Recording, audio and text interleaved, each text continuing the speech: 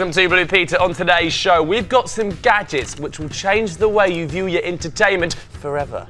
But first, every day people call 999 in an emergency, whether it's for the fire brigade, the police or the ambulance services. But what is it like for the people that have to deal with these calls? Well, I spent the day as a 999 call operator to see if I could hack it.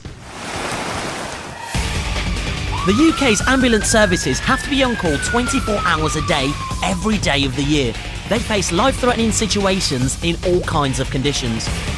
The time it takes for an ambulance to get to an emergency is crucial. Just a few seconds could be the difference between life and death. But how quickly they get to the scene isn't just down to how fast they can drive. This is the London Ambulance Service Emergency Operations Centre. It's one of the busiest control rooms in the world. All 999 emergency calls requiring an ambulance from miles around come straight through to here. This team can receive up to 5,000 calls in 24 hours. My challenge will be to become a 999 operator and answer a 999 call by the end of the day. Jules was going to train me.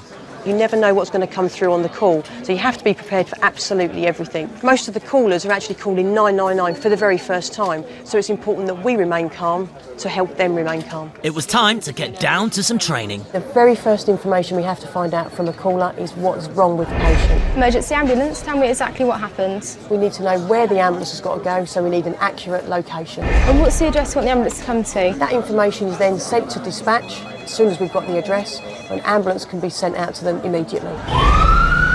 Then have to ask a series of questions to determine exactly what is wrong with the patient. Are you with the patient? What's the age of the patient? Is the patient conscious or not? Is the patient breathing? The key thing to remember, Andy, is for you to follow the questions that actually come up on the screen. The last part of my training was to listen to a real 999 call to see how it's meant to be done.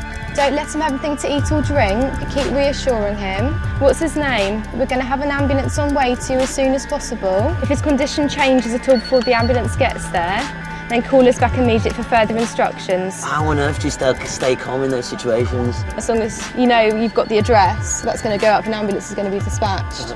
And you're just there to keep them calm. If you're stressed out, they're going to stress out as well. I'm going to have a taste of this later, and I really don't know how I'm going to fare. Yeah, thank you. I don't know how I'm going to fare at all. You'll be fine. Okay, Andy, so we've had our initial training. Now let's see how you can go for real. Is this going to be a real call? Or? We're going to do actually a mock call. We're going to have a call coming through to you just to see how you've done with your training. Okay, well, even though this is a mock call, it's still got to be serious, so we'll see if this training has paid off. Here we go. Faster, Grandad!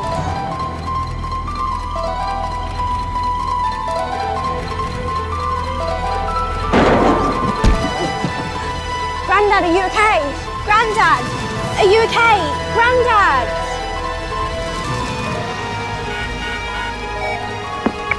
Operator, what emergency service do you require? I have an ambulance, please. Hey, here's a call. Hello, ambulance emergency, how may I help? What's the problem? My granddad's fallen off this swing thing. Your granddad's fallen off the swing thing? Yeah. And where are you? I'm in a park. I'm in a park in Waterloo. You're in a park in Waterloo. As soon as I had a location, I dispatched an ambulance. But I hadn't pinpointed exactly where it needed to go. You got a phone number there? It's 077 2244 80. Oh my gosh, the system's going a bit wrong. Time was critical, and I was having difficulty just using the computer. I really need an ambulance. Okay, I'm coming through right now for you. Is he awake at the moment? Is he conscious? His eyes are open, but he's not answering me. Okay, so he's conscious. Yep. Is he breathing? It's absolutely necessary. Grandad, help's coming. Okay, I'm going to stand the line until they're fully with you. Okay. What's your name? My name's Abby. Abby. Okay. Just relax on me. You're doing very, very well. Help's here. I can see doctors. Well, you're right there, sir. They're here. They're here. What do you like, sir? Well, I'm going to have to drop the call now.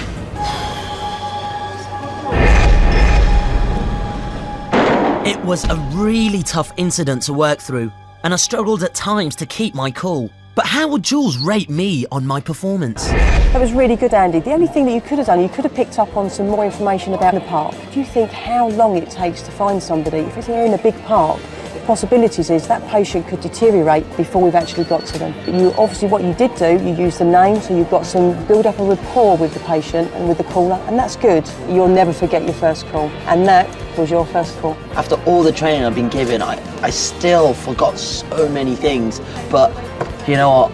I'd like to think by the end of that I saved someone's life, and that is the most rewarding aspect of it.